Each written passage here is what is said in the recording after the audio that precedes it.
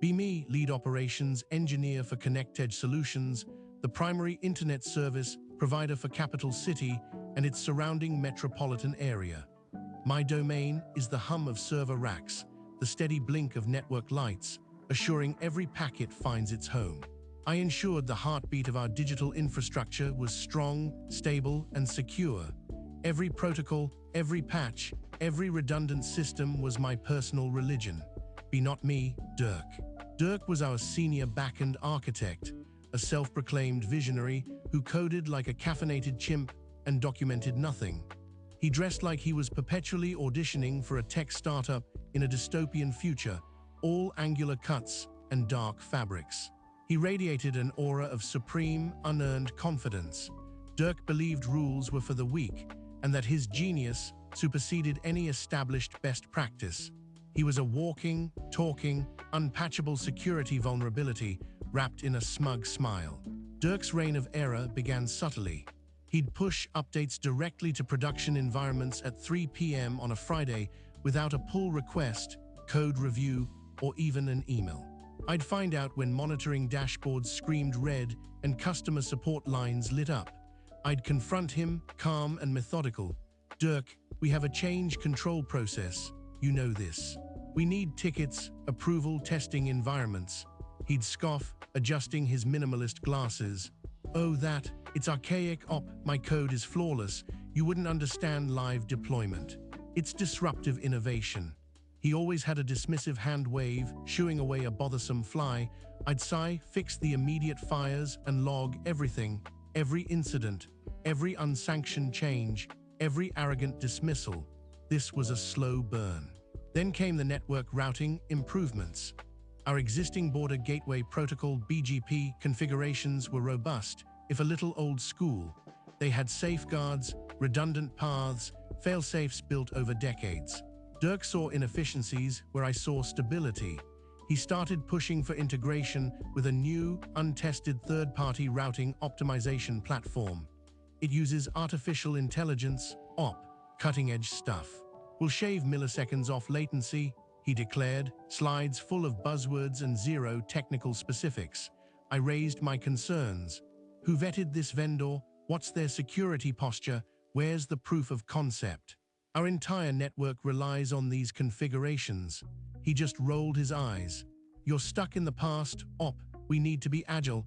This security posture rhetoric is just fear-mongering. The future is now.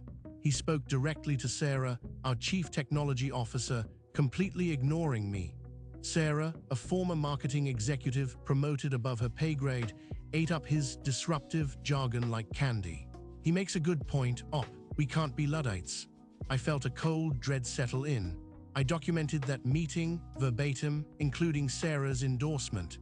The last straw before the big one was the database migration. Dirk decided our primary customer database, containing sensitive, personally identifiable information, was too slow on our encrypted servers. He wanted to move it to an obscure, unverified cloud provider based out of a country with notoriously lax data privacy laws.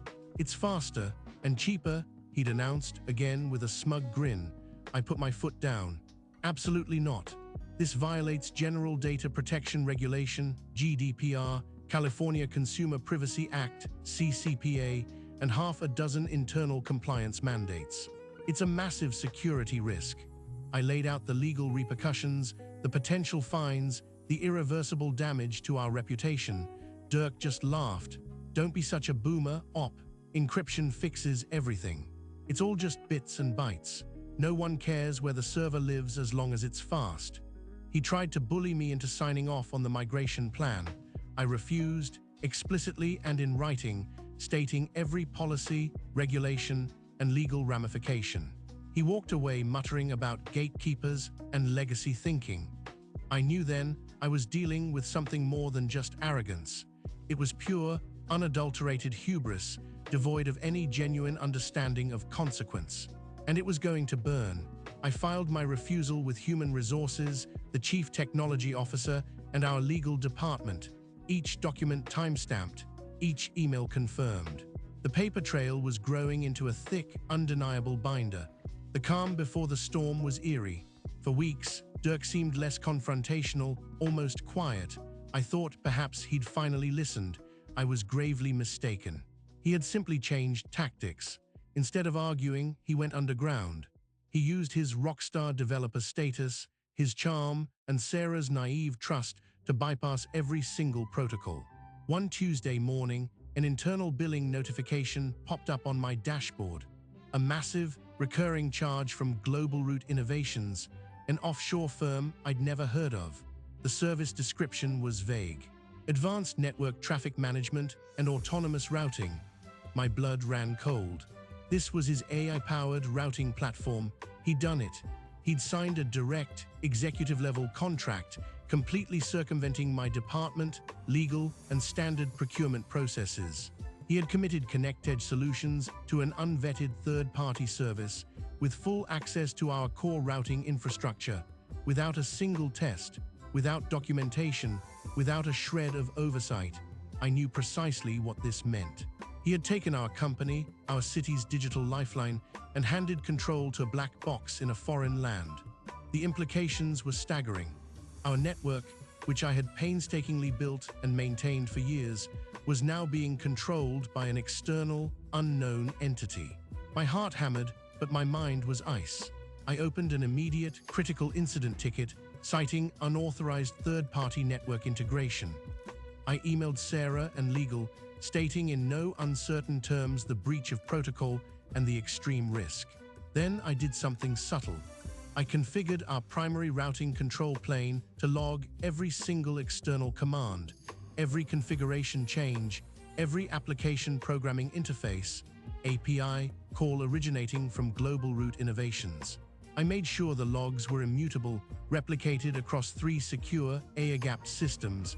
I was not going to stop this. I was going to document its entire, inevitable, catastrophic unraveling. Dirk, of course, was oblivious. He was probably already dreaming of his next innovation award. He swaggered into the office, humming a tune, totally unaware of the digital bomb he just strapped to our entire operation. He caught my eye. "Looks like someone's finally embracing the future, op," he said, a self-satisfied smirk playing on his lips. "We'll see about that, Dirk," I replied, my voice flat, devoid of emotion. He chuckled, missing the cold, hard steel beneath my words. A week later, the disaster began. Not a bang, but a slow, agonizing whimper, a cascade of connection drops, then partial outages in specific sectors of the city. Customer support lines were jammed. The network team was in a frenzy, scratching their heads. "It's not our config," they cried. "Nothing has changed on our end." They were right. Nothing had changed on our end. But something had changed on Global Root Innovations' end. Dirk, of course, tried to pin it on us. "It's obviously an internal failure, op. Your legacy systems can't handle the new optimized load." He said it with a confident, accusatory tone, as if rehearsed. I just nodded, my eyes glued to the incoming log data, watching the ghost in the machine. The real-world news event was unfolding, precisely as I knew it would, only it was our network, our city, our disaster. The entire capital city communication infrastructure began to falter, then fail. My transition to read-only mode was complete. My arguments had fallen on deaf ears, my warnings dismissed as fear-mongering. So I had pivoted. My primary objective became self-preservation, my fingerprints nowhere near the detonator. I opened our company's comprehensive employee handbook. Specifically, I focused on the sections regarding change management protocols, third-party vendor vetting, data security compliance, and reporting malfeasance. Each article, subsection, was a potential weapon.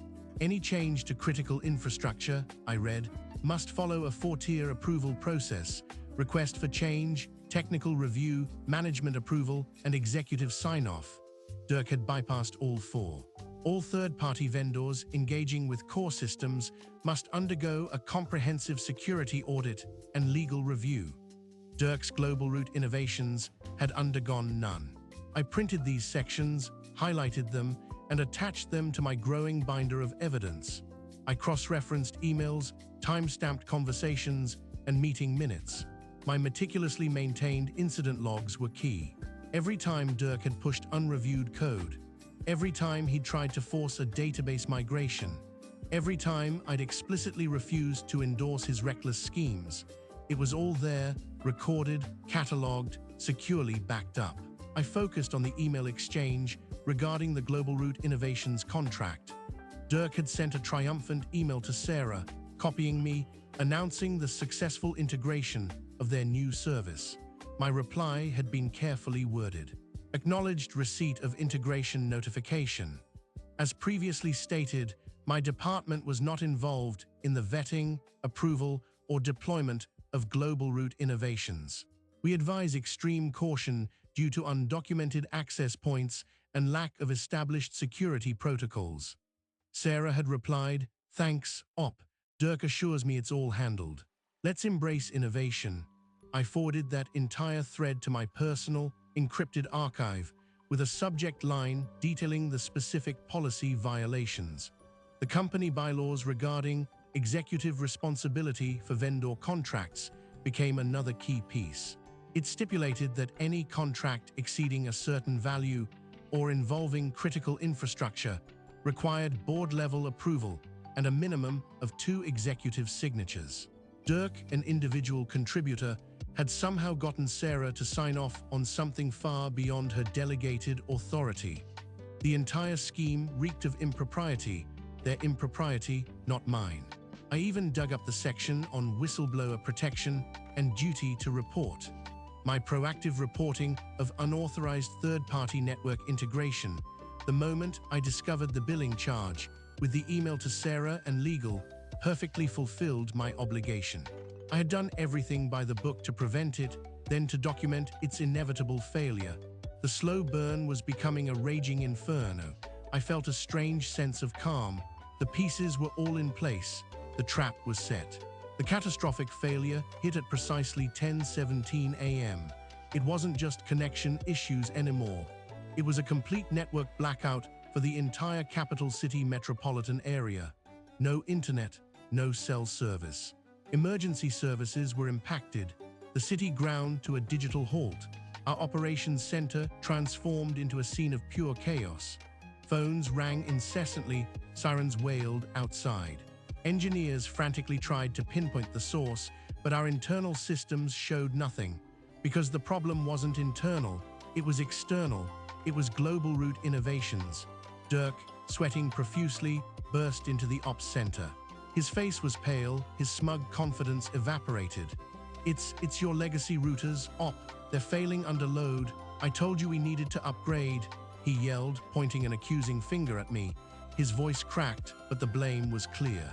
I stood by my console, calmly watching the Global Root Innovations API logs, which were now a torrent of errors, misconfigurations, and failed routing table updates. "No, Dirk," I said, my voice steady, cutting through the panic. "It's not our legacy routers. It's your undocumented offshore solution." Sarah, the chief technology officer, rushed in, her face a mask of terror. "What in God's name is happening, Op? Fix this." "I can't, Sarah," I replied, turning to face her, my voice unwavering. "This isn't an internal failure. It's a direct consequence of an unauthorized third-party integration that bypassed all internal protocols and my explicit warnings." Dirk's eyes widened. "That's a lie, you signed off on it." "No, Dirk," I said, pulling out a thin, time-stamped printout. "I explicitly refused multiple times, and I documented every single step of your reckless plan." I placed the printout on the main ops table, right next to the screaming red monitors. It was my email to Sarah and legal, sent the moment I discovered the Global Root Innovations contract. The one stating my non-involvement, my warnings, and the breach of protocol. "Here," I said, gesturing to the logs on my screen. "Here are the immutable, time-stamped logs of every single external routing command issued by Global Root Innovations. Every error, every misconfiguration. This is what brought down the city." I then pulled out my binder. "And here," I continued, sliding it across the table towards Sarah, "is the documentation. Every policy violation, every bypassed approval, every ignored warning. From day one, Dirk." The silence was deafening, broken only by the frantic ringing of phones. Dirk was speechless. His face went from pale to ashen. He finally knew. the trap had sprung. The aftermath was swift and brutal. The city council launched an immediate public investigation. News reports highlighted the catastrophic failure of critical infrastructure. Lawyers for ConnectEdge swarmed the office. My binder became the central exhibit in multiple inquiries. Dirk was suspended immediately, then fired for gross negligence. Sarah, as Chief Technology Officer, faced severe repercussions, her career utterly ruined. ConnectEdge Solutions faced immense fines, a class action lawsuit, and irreparable damage to its reputation. It took days to manually revert to our stable, legacy routing configurations. Days of silence, a city without a digital heartbeat. The network eventually came back online, piece by painstaking piece. My meticulous documentation saved my career, ending Dirk's and crippling Sarah's. Justice, or perhaps just cold, hard consequence, had been served. Update 1. It's been 3 weeks. ConnectEdge still reels, but the network is stable. Dirk is being investigated by federal authorities regarding the Global Root Innovations contract. Whispers of kickbacks proved true. Sarah's official termination came down yesterday. Update 2, 6 weeks later. Global Root Innovations was confirmed a shell company, a front for serious cybercrime. Dirk faces charges not just for negligence, but for fraud and aiding and abetting. His genius apparently included skimming off the top. Update 3, months later. ConnectEdge is under new management, rebuilding trust. I got a promotion, a significant raise, and absolute authority over network architecture.